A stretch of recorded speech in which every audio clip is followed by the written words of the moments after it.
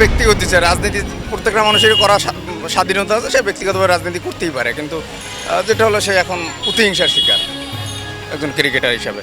কিন্তু সে যে বিষয়ে তাকে জড়ানো হয়েছে এটা আসলে রাজনীতি অঙ্গনে যখন সে যে মামলায় তাকে ঝুলানো হয়েছে তখন সে দেশে ছিল না, তখন কানাডায় সে লিগ খেলতেছিল। এটা রাজনৈতিক অঙ্গনে একটা প্রতিহিংসার শিকার। সাকিব আল হাসানের রাজনীতি সম্পর্কে আসলে কেন আসছে বা কী কারণে ওইটা নিয়ে আমার আসলে ওই রকমের কোনো মতামত নেই। সে রাজনীতি খেলাধুলা হিসেবে খেলোয়াড় হিসেবে আমি তাকে অনেকটাই পছন্দ করি, যেহেতু সে অবসর স্থানীয়, কিন্তু তার রাজনৈতিক বিষয়ে আসলে ওই রকমের আমার কোনো বক্তব্য নেই। আর সাকিব আল হাসান রাজনীতিতে না আসাটাই ভালো ছিল। সে বাংলাদেশে এখন ভালো একজন ক্রিকেটার, বাংলাদেশের ক্রিকেটার আইডলই বলা যায় তাকে। রাজনীতির প্রসঙ্গে আসে সে অনেক হেনস্থা হয়েছে। ক্রিকেটার হিসেবে তাকে ভালো লাগে, রাজনৈতিক বিষয়ে তার নিয়ে কোনো অনুভূতি নেই আমার। ক্রিকেটার হিসেবে তিনি একরকম আমাদের জন্য আইডল, কিন্তু আপনি যেটা বললেন রাজনীতির ক্ষেত্রে তিনি আমাদের আইডল না। অ্যাকচুয়ালি সবাই বলে রাজনীতিটা নোংরা, কিন্তু সবাই নোংরা রাজনীতিতে নেমে সেইটা পরিষ্কার করার জন্য কেউ আসে না।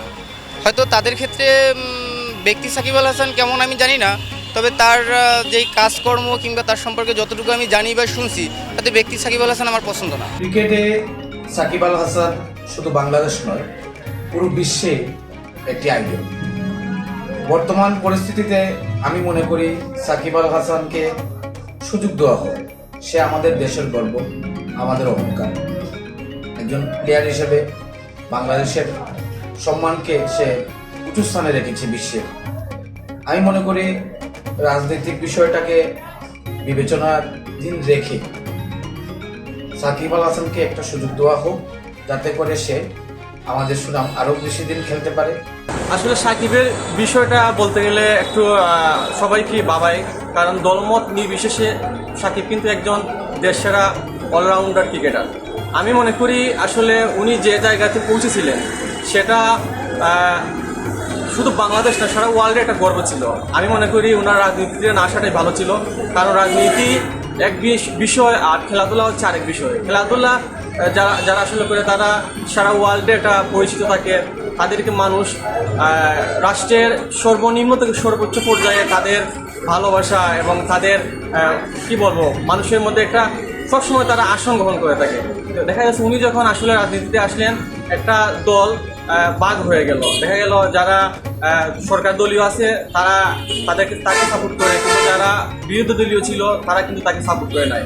এটা আমি মনে করি ওনার জন্য একটা বড় ব্যর্থতা, যা আজ ওনার এই পতনের কারণ। তারা আসলে রাজনীতিতে না আসাই ভালো, কারণ তারা যে রাজনীতিবিদরা যারা আসেন সরকার ক্ষমতায় আসে তারা 5 বছর জন্য আসে, আর যারা খেলাধুলা করে সেলিব্রিটি তারা আজীবনে থেকে যান তাদের এইসব সেলিব্রিটির কারণে। আমি মনে করি রাজনীতি যারা করবে তারা হচ্ছে অন্য একটা বিষয় নিয়ে করবে, দেশের কাজ করবে, জনগণের কাজ করবে। আর যারা খেলাধুলা করে বা সেলিব্রিটি তারা আজীবন থাকবে মানুষের হৃদয়ে। তো তাদের পালাবদল হয় না, কিন্তু রাজনীতিবিদদের পালাবদল হয়। ক্রিকেটে সাকিব আল হাসানের যে রাজনীতির বিষয়টা, আমি ব্যক্তিগতভাবে মনে করি কোনো বর্তমান ক্রিকেট প্লেয়ার খেলোয়াড়কে কখনোই রাজনীতির সাথে যুক্ত হওয়া উচিত না। সে একটা দেশকে রিপ্রেজেন্ট করে, কিন্তু একটা রাজনৈতিক দলকে যখন সে রিপ্রেজেন্ট করে তখন একটা দল একটা নির্দিষ্ট অংশকে রিপ্রেজেন্ট করে।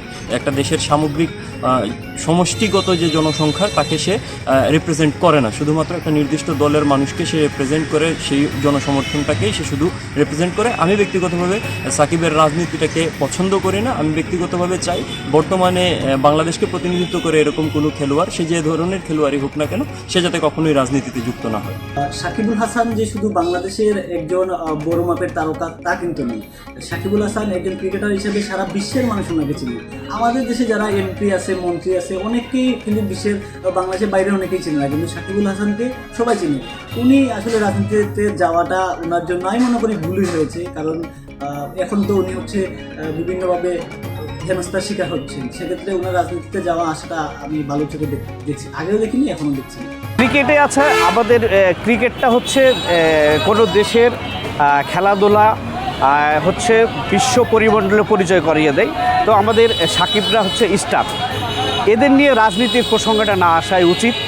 মানুষের যে কোনো জনগণের আদর্শ থাকতেই পারে যে কোনো, তার মানে এটা নিয়ে তার মানে রাজনৈতিকভাবে তাকে ফেলানো উচিত না।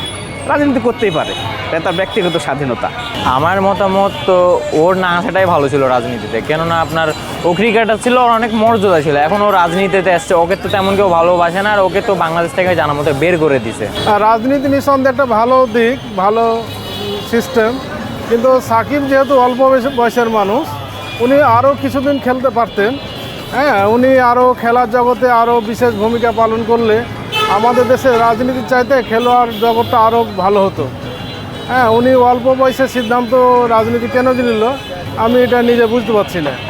হ্যাঁ, তবে খেলার জগতেই উনি থাকলে মনে হয় আমার ধারণা যে ভালো করতে পারবে। ক্রিকেটের সাকিবের ব্যাপারে আমার রাজনীতির মতামত হলো, সে তো একজন প্লেয়ার, সে রাজনীতির ভিতরে ঢুকেছে, এখন জোর করে ঢুকেছে না এখন সে তাকে ঢুকানো হয়েছে সেটা তো আমার বলার বিষয় না। সে এখন তার ভালো লেগেছে, সে ঢুকেছে, এখন পরবর্তীতে কি হবে সেটা এখন সে বুঝবে। ক্রিকেটার সাকিব আল হাসান পূর্বে যে অবস্থায় ছিল সেই অবস্থায় তাকে থাকা দরকার উচিত ছিল।